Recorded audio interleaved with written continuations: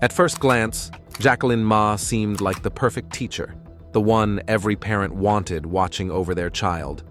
Praised for her dedication, beloved by her students, honored with the title Teacher of the Year in 2022. Her classroom was a place where children were meant to feel safe, encouraged, and inspired. But what if the very person trusted to protect those children was hiding something far more troubling? What if behind the smiles, the awards, and the warm greetings, a web of deception was quietly being woven? This is a story that forces us to ask difficult questions. How well can we ever really know someone? What happens when the line between care and control is crossed? And how does a community come to terms with betrayal from within? For one student, the consequences would be devastating. For a school, shattering. For a family, unimaginable.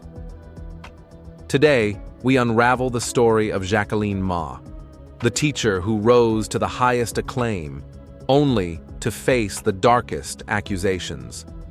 A story of trust betrayed, innocence lost, and the haunting impact left behind. Stay with us as we uncover every piece of this disturbing puzzle, because understanding how it happened is the first step toward making sure it never happens again.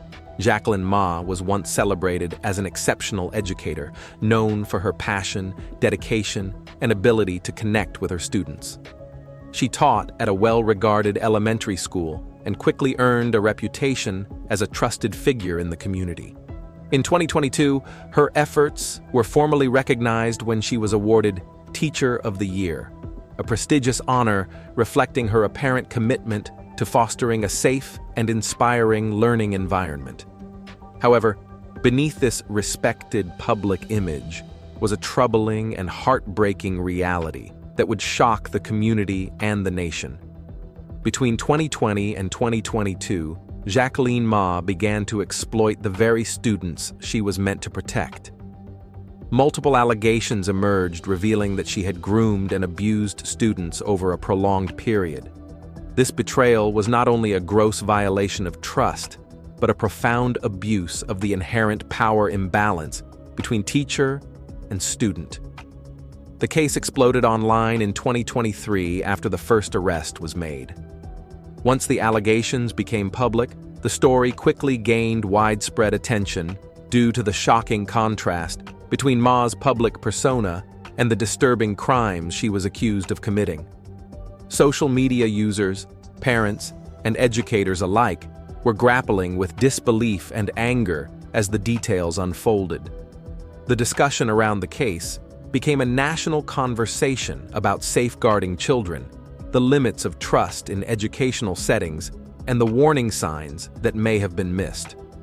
Jacqueline Ma's arrest in 2023 marked the beginning of a long and complex legal battle.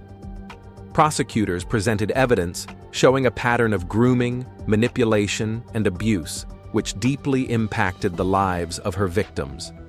The emotional and psychological consequences for the students involved were profound, with families left reeling from the betrayal of someone they had entrusted with their children's care. After extensive investigation and court proceedings, Jacqueline Ma was sentenced in 2025. The sentencing brought a measure of justice for the victims, but could never erase the harm done.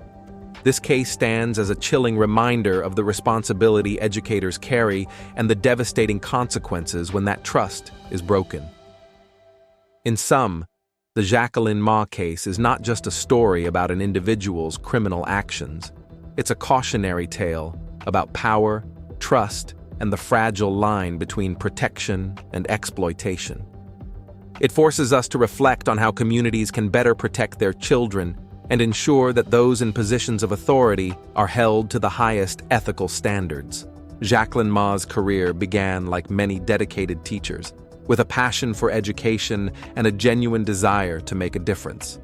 Early on, she was known for going above and beyond, staying after hours, creating engaging lesson plans, and building strong connections with her students and their families. Her efforts did not go unnoticed.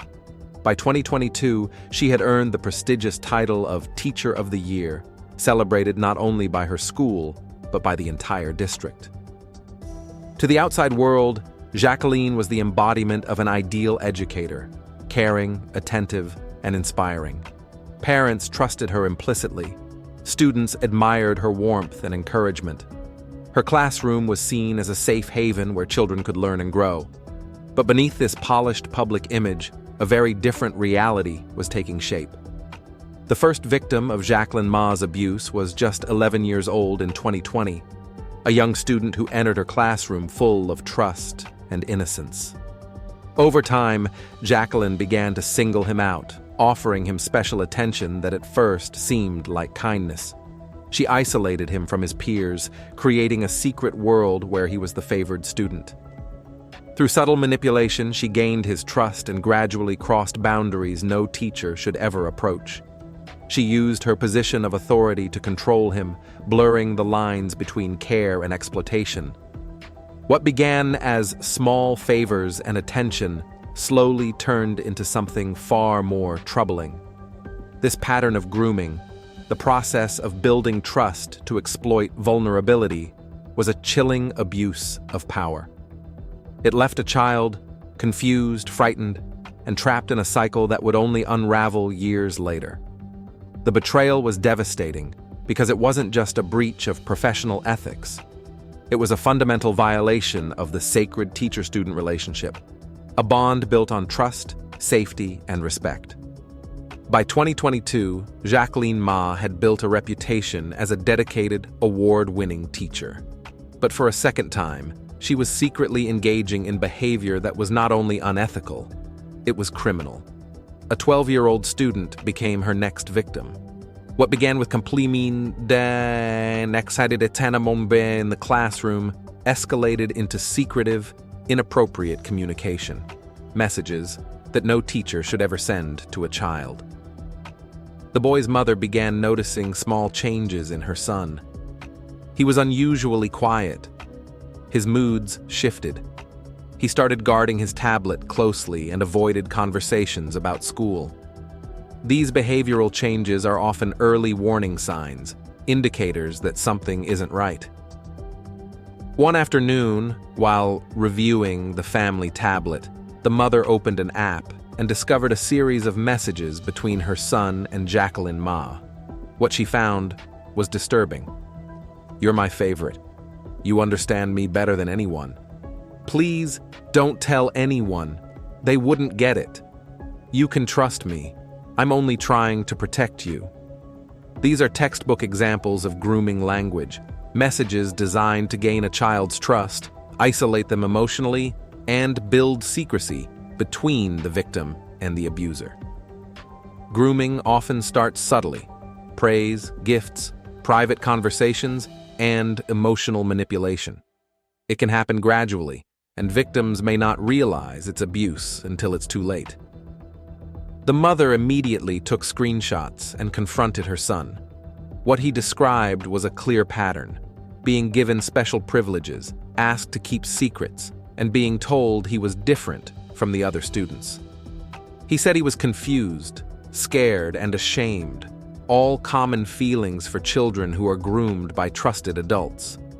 She said she wanted to protect him, but she was the one hurting him. That same night, the mother reported everything to authorities. She did what every parent should do: acted quickly, preserved evidence, and believed her child. The screenshots became vital in the investigation. The family's vigilance became the key to stopping further harm. Educators are supposed to be safe figures, but when that trust is abused, the impact is devastating. This case reminds us that even those in respected positions of power must be held accountable, and that parents and guardians must stay alert to subtle signs that something is wrong. The more we understand how grooming works, the better we can protect children from those who hide behind authority and charm. Once the second victim's mother came forward in 2022, investigators with the San Diego Police Department's Internet Crimes Against Children Task Force were immediately brought in.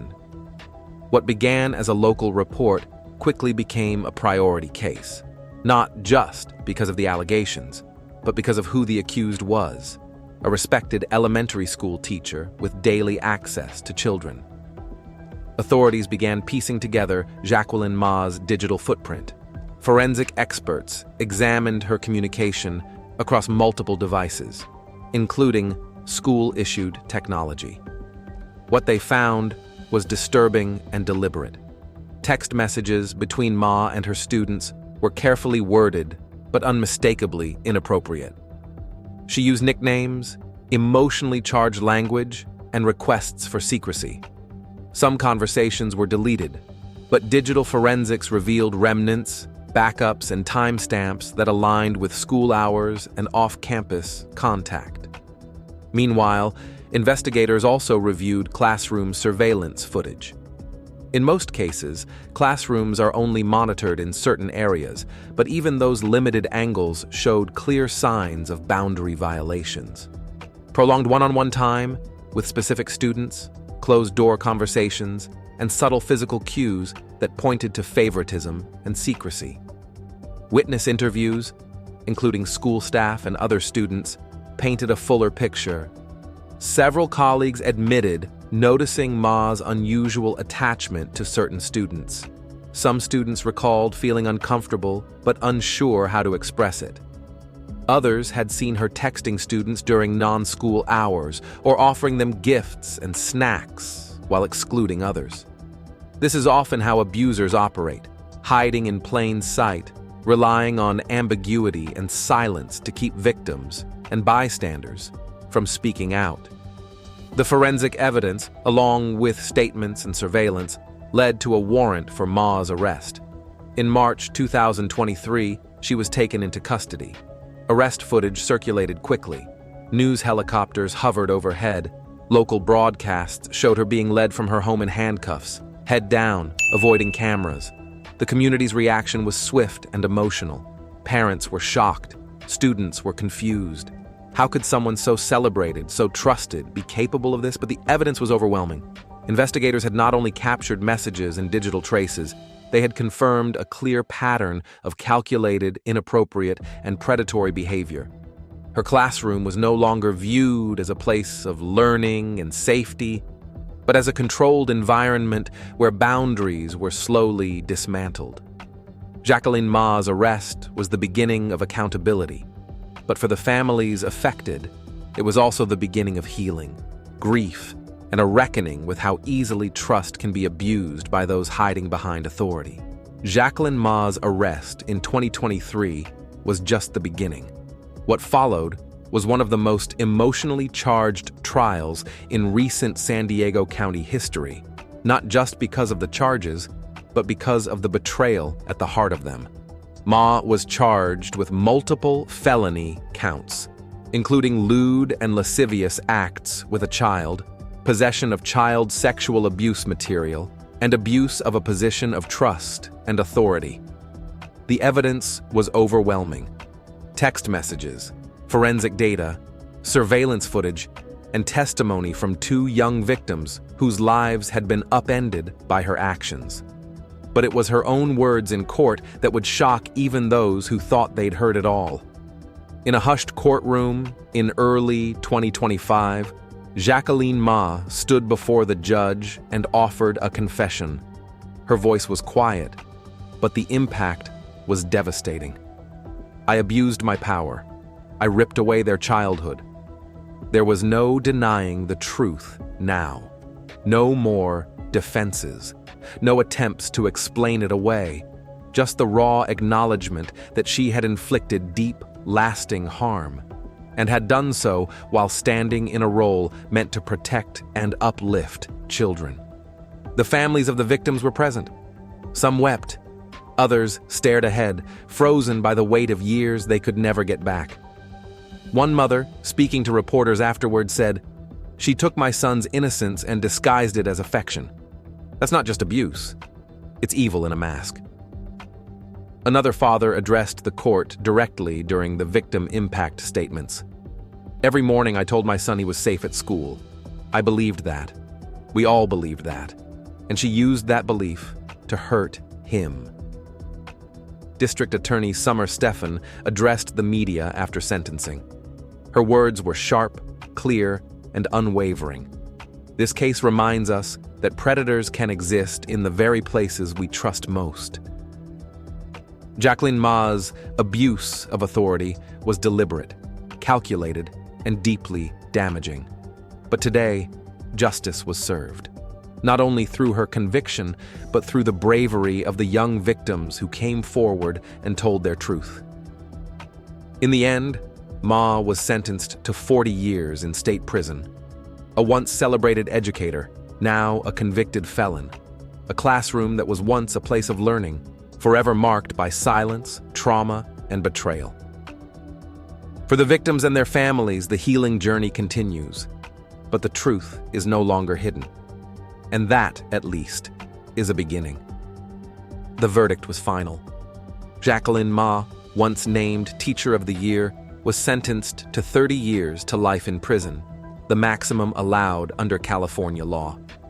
The courtroom was silent as the sentence was read. But outside, the reaction was anything but quiet.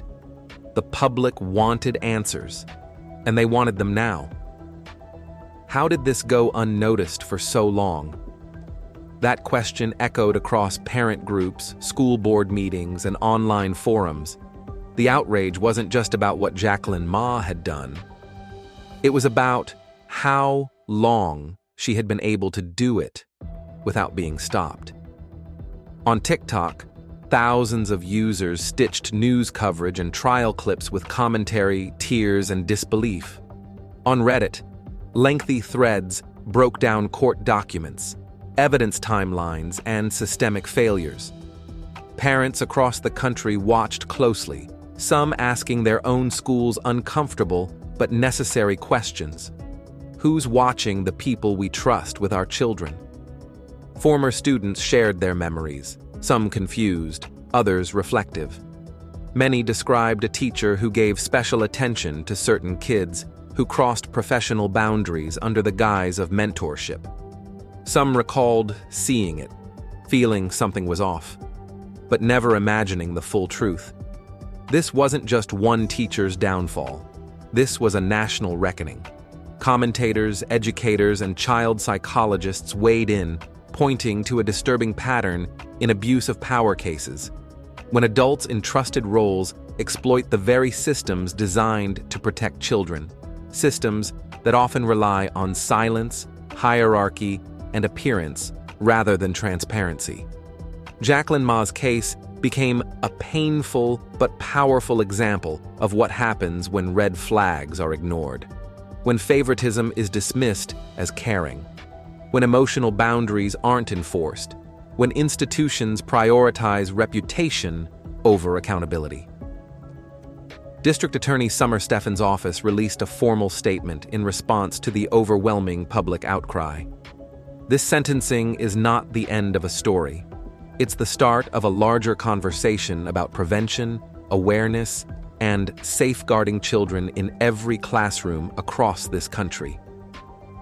For the families affected, no sentence could undo the trauma, but the maximum punishment brought a measure of justice. And for the broader public, it served as a warning. Predators don't always wear a mask. Sometimes they wear a badge of honor until the truth strips it away. By the time Jacqueline Ma was sentenced, the shock had given way to something deeper: reflection. Not just about what she did, but about how it was allowed to happen. Twice. She wasn't a stranger lurking outside a school. She was inside it, applauded, promoted, awarded Teacher of the Year, a face on the school's website, a name parents recognized, a person kids were taught to trust. So how does someone like that hide in plain sight? The truth is uncomfortable. Predators don't always look the way we expect. They don't always set off alarms. Some gain access through charm, through accolades, through years of seemingly good service. Some use praise, attention, and mentorship as a cover for manipulation. And when institutions reward those surface traits without looking deeper, they create blind spots, dangerous ones. Are background checks enough? Clearly not on their own. Are awards and praise signs of character? Not always. Good performance on paper is not proof of safe behavior behind closed doors. And when no one's looking closely, it's easy for red flags to be dismissed as quirks or misunderstandings. This case isn't just about one woman. It's about a system that missed the signs twice. A system that didn't ask enough questions, that didn't listen closely enough, that trusted one adult over the voices of two vulnerable children. And that raises a harder question. What can we do to protect kids from trusted adults? The answer begins with awareness, with education, with removing the stigma that surrounds speaking up, even against someone in power. It means teaching kids that respect should never come with secrecy, that trust shouldn't feel confusing, that no adult should ever ask them to keep a secret about touch, feelings, or communication. It also means parents and school leaders need to be vigilant, not paranoid, but proactive. Look for changes in behavior, watch for unusual attachments, be willing to ask uncomfortable questions, and most importantly, listen to your children. Jacqueline Ma will spend decades behind bars. But the bigger impact of this case lies in the conversations it forces us to have. About grooming, about power, about the dangerous myth that it could never happen here. Because it did happen here. And if we don't learn from it, it will happen again. If this story shocked you, share it. Not for clicks, not for views, but because someone needs to see it. A parent, a teacher, a school administrator, a student. Because awareness is our first line of defense. And it starts with asking harder questions about who we trust with our children and why. Subscribe to this channel for more real, unfolding cases, stories that demand our attention, challenge our assumptions, and refuse to look away. Next time, we'll examine the case of a teenage girl whose disappearance went unsolved for years, until one digital clue changed everything. Justice doesn't start in the courtroom. It starts with the truth, and the truth starts here.